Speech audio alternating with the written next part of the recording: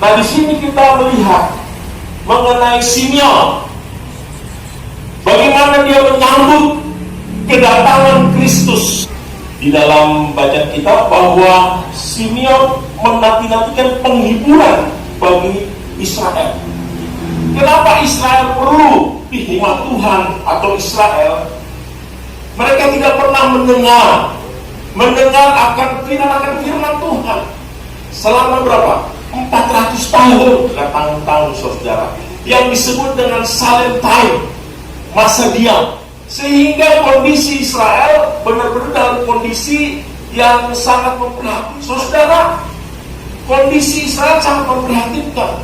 Tuhan tidak pernah bicara selama 400 tahun. Lalu juga kondisi Israel pada waktu itu sedang dikuasai oleh Romawi. Mereka tidak ada di dalam kebebasan. Nah, oleh sebab itu ketika Yesus lahir, memang mereka sedang dinanti-nantikan. Dan Simeon begitu antusias. Dia menanti-nantikan bagi Kristus. Nah, ini yang pertama, saudara. Kalau saya gambarkan, Simeon ini antusias, dia menanti-nantikan kedatangan. Dia tidak akan mati sebelum melihat bayi Yesus yang datang ke bait Allah. Luar biasa, saudara. Nah, apakah kita di dalam kehidupan kita pada masa kini, walaupun kondisi kita sedang pandemi COVID-19, apakah kita masih antusias kita menantikan mengalami Tuhan yang di dalam kehidupan kita, sehingga ibadah tidak lagi kita nanti-nantikan? Ya. Nah, di sini Simeon dia menanti-nantikan.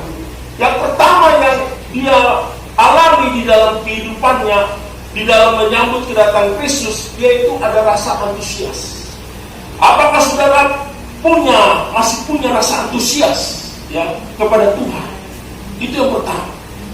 Apakah ada rasa antusias di dalam diri kita untuk kita mencari wajah Tuhan, untuk kita berjumpa dengan Tuhan? Itu hal yang pertama, saudara, yang penting. Karena kalau tidak, kita tidak punya rasa antusias, maka ibadah kita akan dingin. Ibadah kita akan biasa-biasa saja. Ibadah kita itu seperti hal yang rutinitas, saudara. Natal juga hanya rutinitas, karena biasa, setiap tahun seperti itu. Ya. Sehingga kita harus melihat apa yang dilakukan oleh Simeon. Yang pertama, dia antusias. Yang kedua, yaitu bahwa Simeon punya komunikasi yang baik. Komunikasi yang baik dengan siapa? Dengan Tuhan. Saudara, buktinya apa Pak Lasis? Buktinya dia tahu bahwa yang lahir itu, yang datang ke bait Allah itu adalah Yesus yang dinanti-nantikan. Kalau dia tidak punya komunikasi yang baik dengan Tuhan, dia tidak tahu. Dia tidak tahu. Sehingga ini yang membuktikan bahwa Simeon dia tidak punya komunikasi yang baik. Saudara yang dikasihi Tuhan, penting sekali kita terus-menerus membangun komunikasi dengan Tuhan, ya, sehingga di dalam kehidupan kita sebagai pribadi, sebagai orang percaya, kita tidak boleh meninggalkan komunikasi kita. Dan komunikasi kita itu hanya melalui doa dan firman Tuhan. Kalau dua hal itu sudah kita tinggalkan di dalam kehidupan kita, tunggu saja waktunya, kita akan kehilangan arah. Simeon Dia tahu bahwa bayi yang datang ke bait Allah itu adalah Yesus, oleh karena dia punya komunikasi yang baik dengan Tuhan. Karena dia tahu dengan komunikasi yang baik, dia punya kepekaan.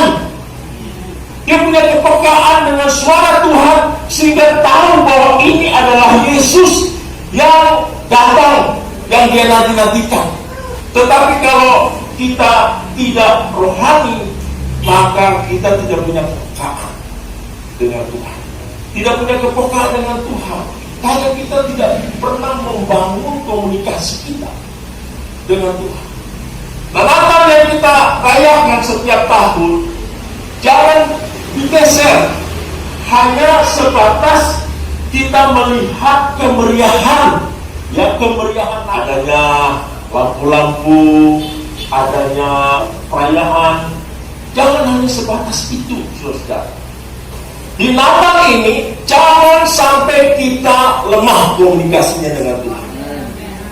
Justru kita harus memperkuat komunikasi dengan Tuhan. Dan itu yang dilakukan oleh Simeon. Kebanyakan justru terbalik. Di Natal ini kita makin lemah komunikasinya dengan Tuhan. Itu hal yang kedua. Yang ketiga, tentang Roh Kudus disebutkan di dalam bacaan kita. Dikatakan di sini, saudara, itu sangat jelas sekali. Ayat yang ke-26, dan kepadanya telah dinyatakan oleh Roh Kudus bahwa ia tidak akan mati sebelum melihat Mesias. Dan dikatakan ia datang ke bait Allah oleh Roh Kudus. Simeon, dia penuh dengan Roh Kudus dan tidak terpisahkan. Jadi Simeon begitu sangat erat sekali, sehingga dikatakan ia datang oleh Roh Kudus. Saudara yang dikasih Tuhan, sebagai satu tanda di dalam kehidupan kekristenan kita sebagai umat Tuhan yang percaya, kita tidak bisa hidup tanpa pimpinan. Hanya orang yang sungguh-sungguh bergantung, depend on, dan mengalami kepenuhan Roh Kudus yang sanggup dapat melakukan apa yang Tuhan kehendaki di dalam kita membangun kerajaan. Oleh sebab itu, saudara, hal yang ketiga, ya, tidak hanya Simeon itu antusias, tidak hanya Simeon itu punya komunikasi yang baik, tetapi di dalam kehidupan Simeon, dia tidak bisa lepas dari pimpinan Roh Kudus. Ya, karena Roh Kudus yang memimpin di dalam kehidupan dia, dan itu yang menjadi kekuatan. Roh Kudus itu hadir di dalam diri kita. Itulah yang membuat kita bersemangat, itulah yang membuat kita bersuka cita, itulah yang membuat kita begitu menyala-nyala. Musik ini hanya sarana, tetapi kalau tanpa urapan kuasa Roh Kudus, itu sia-sia. Itu kebenaran yang ketiga, ya. Lalu kebenaran yang keempat, mengandalkan Tuhan di dalam kehidupan. Saudara, kalau di dalam kehidupan kita tidak lagi mengandalkan Tuhan, lalu siapa yang kita andalkan? Apalagi dalam kondisi seperti sekarang, di mana begitu banyak orang-orang yang sedang susah oleh karena dampak dari COVID-19 ini. Ekonomi begitu sulit, ya. Kalau saudara pergi ke mall-mall, banyak counter-counter yang tutup oleh karena tidak bisa menggaji karyawannya. Banyak orang-orang di PHK, kalaupun dia bekerja, gajinya itu tidak penuh, saudara. Pada saat seperti inilah kesempatan kita untuk kita menunjukkan diri bahwa kita mengandalkan Tuhan. Kita tidak bisa mengandalkan siapa-siapa, kita tidak bisa mengandalkan manusia, kita tidak bisa mengandalkan tempat kerja kita. Yang kita bisa andalkan yaitu hanya Tuhan. Inilah kesempatan di saat momen Natal ini, kita mau kembali kepada Tuhan untuk kita mengandalkan Dia di dalam kehidupan kita. Sehingga tanpa Tuhan kita tidak bisa berbuat apa-apa, saudara. Itu yang dilakukan oleh Simeon, ya, dia mengandalkan Tuhan, sehingga hidupnya sungguh-sungguh hanya untuk Tuhan dan memuliakan. Jangan tinggalkan Tuhan apapun yang sedang saudara hadapi. Simeon, dia menanti-nantikan Tuhan. Dia tidak tahu kapan bayi Yesus itu akan datang.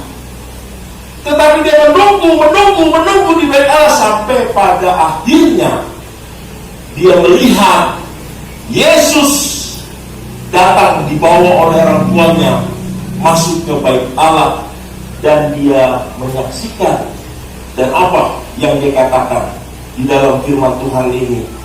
Dia katakan di dalam ayat yang ke-29, sekarang Tuhan, ya, biarkanlah hamba-Mu ini pergi dalam damai sejahtera sesuai dengan firman-Mu. Luar biasa, saudara. Kalau kita mengandalkan Tuhan dan Tuhan pas menjawab pergumulan kita, indah. Tapi di sini Simeon dia tidak takut mati. Kenapa? Dikatakan biarkanlah hamba-Mu pergi, bukan pergi keluar dari bait Allah, pergi datang kepada Tuhan. Karena apa? Dia sudah melakukan semua apa yang Tuhan kehendaki di dalam kehidupan, sehingga tidak ada lagi yang dikhawatirkan, tidak ada lagi yang membuat dia gentar. Dia siap menghadap Tuhan kapanpun Tuhan panggil dia. Itu indahnya hidup di dalam Tuhan. Ada jaminan yang pasti, saudara. Ya tidak. Asalkan kita sudah sungguh-sungguh hidup di dalam Dia. Itu hal yang keempat. Yang kelima, saudara, ada 5 hal. Dan yang terakhir, saudara, kita belajar dari Simeon untuk akrab dengan Tuhan. Yang B, yang terakhir, yaitu Simeon, dia bersyukur kepada Tuhan. Saudara perhatikan ayat yang ke-30 sampai 32. Dikatakan apa? Sebab mataku telah melihat keselamatan yang daripadamu, yang telah Engkau sediakan di hadapan segala bangsa, yaitu terang yang menjadi penyataan bagi segala bangsa-bangsa lain, dan menjadi kemuliaan bagi umat Israel. Jadi ada ucapan syukur, saudara.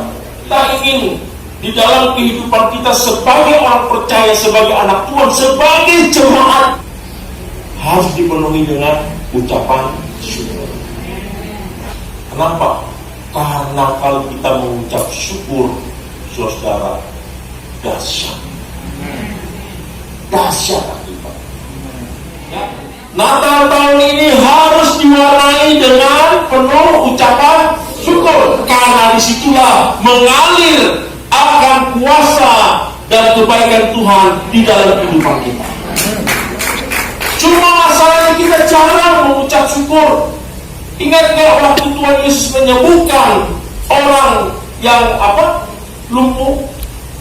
Orang kusta. Dari 10 orang yang disembuhkan Tuhan Yesus, yang datang berterima kasih cuma berapa? 1 orang yang sedang melakukan yang kelima, yaitu yang B, bersyukur. Kita bersyukur. Saudara akan lihat buktinya, ya, bahwa hidup saudara akan lebih baik dari sebelumnya, karena kita berterima kasih kepada Tuhan. Dan Tuhan ketika kita datang berterima kasih, maka Dia akan membukakan banyak perkara-perkara yang baru dalam kehidupan kita. Ya, oleh sebab itu kita mau dalam Natal pada tahun ini kita menyambut Natal sebagaimana Simeon menyambut, yaitu dengan melakukan akrab, ya, antusias, komunikasi, Roh Kudus, andalkan Tuhan, dan bersyukur. Amin. Mari kita berdoa.